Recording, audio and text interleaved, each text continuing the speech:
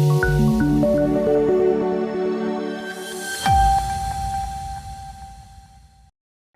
દિલ્હીમાં 2025ના પ્રજાસત્તાક દિવસની પરેડમાં ઇન્ડોનેશિયાના વિશેષ દળની ભાગીદારી સાથે ભવ્ય ઉજવણી થશે. આ વર્ષે ઇન્ડોનેશિયાના રાષ્ટ્રપતિ પ્રબોવો સુબિયાન્તો પરેડના મુખ્ય મહેમાન તરીકે હાજરી આપશે, જે રાષ્ટ્રપતિ તરીકે ભારતની તેમની પ્રથમ સત્તાવાર મુલાકાત છે. આ કાર્યક્રમ 26 જાન્યુઆરી 2025ના રોજ કર્તવ્ય પથ ઉપર યોજાશે, જેમાં ભારતની સાંસ્કૃતિક વૈવિધ્યતા અને સૈન્ય શક્તિનું પ્રદર્શન કરવામાં આવશે. ઇન્ડોનેશિયન દળમાં 160 સભ્યોની માર્ચિંગ યુનિટ અને 190 સભ્યોની બેન્ડ સામેલ હશે, અને જે ભારતીય સશસ્ત્ર દળો સાથે પરેડમાં યોજાશે. આ સહયોગ ભારત અને ઇન્ડોનેશિયા વચ્ચેના મજબૂત દ્વિપક્ષીય સંબંધોને હાઇલાઇટ કરે છે, જે પ્રાદેશિક સ્થિરતા અને સહકાર માટે તેમની સંયુક્ત પ્રતિબદ્ધતાને દર્શાવે છે.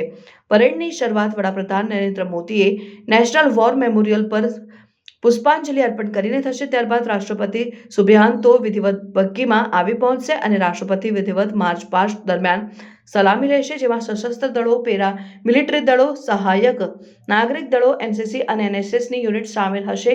આ વર્ષની પરેડમાં વિવિધ રાજ્યો, કેન્દ્રશાસિત પ્રદેશો અને કેન્દ્ર સરકારના મંત્રાલયો વિભાગોની 31 ટેબલો સામેલ હશે, જે સ્વર્ણિમ ભારત વારસો અને વિકાસ થીમને દર્શાવશે. કાર્યક્રમનું સમાપન 47 વિમાનોની ભવ્ય ફ્લાયપાસ્ટ સાથે થશે, જે રાષ્ટ્રની શક્તિ અને એકતાનું પ્રતીક છે. પરેડ ઉપરાંત વિવિધ સાંસ્કૃતિક કાર્યક્રમો યોજાશે, જેમાં ભારતના વિવિધ ભાગોના પરંપરાગત સંગીત, નૃત્ય અને કલારૂપો સામેલ હશે. આ પ્રવૃત્તિઓ ભારત અને ઇન્ડોનેશિયા વચ્ચે સાંસ્કૃતિક વિનિમય અને પરસ્પર સમજણને પ્રોત્સાહન આપવાનો હેતુ ધરાવે છે.